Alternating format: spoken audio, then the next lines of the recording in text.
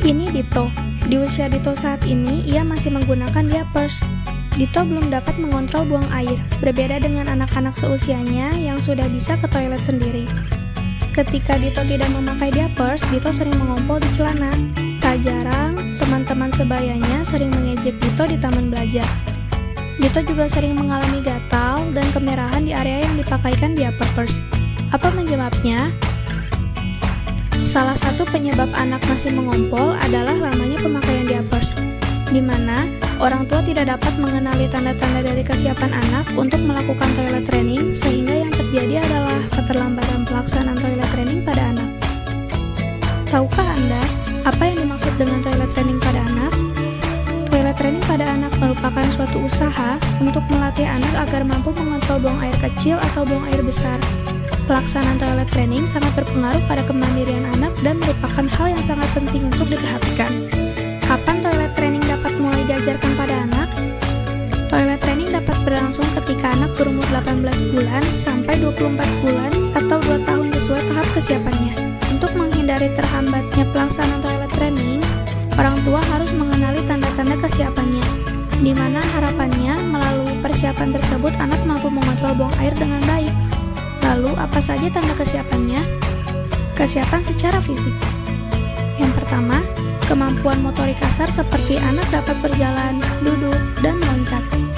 Kedua, kemampuan motorik halus, seperti mampu melepas celana sendiri. Ketiga, tidak mengompol beberapa jam sehari atau bila anak berhasil bangun tidur tanpa mengompol dapat dilihat dari jumlah diapers yang basah berkurang. Keempat, pola buang air besar yang sudah teratur. Kelima, kontrol buang air kecil dan kontrol buang air besar yang biasanya sudah terkontrol pada usia anak 18 bulan sampai 2 tahun. Kemudian, ada kesiapan secara psikologis.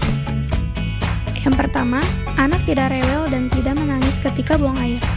Kedua, ekspresi wajah menunjukkan kegembiraan dan ingin melakukan secara sendiri, serta ekspresi untuk menyenangkan pada orang tuanya. Ketiga, anak mau tetap duduk di toilet selama 5-10 menit tanpa terjatuh atau meninggalkannya.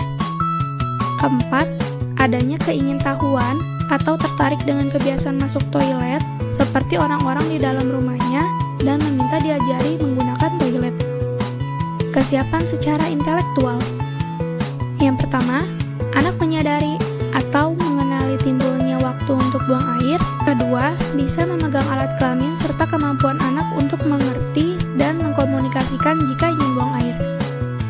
Ketiga, tidak betah memakai popok yang basah dan kotor.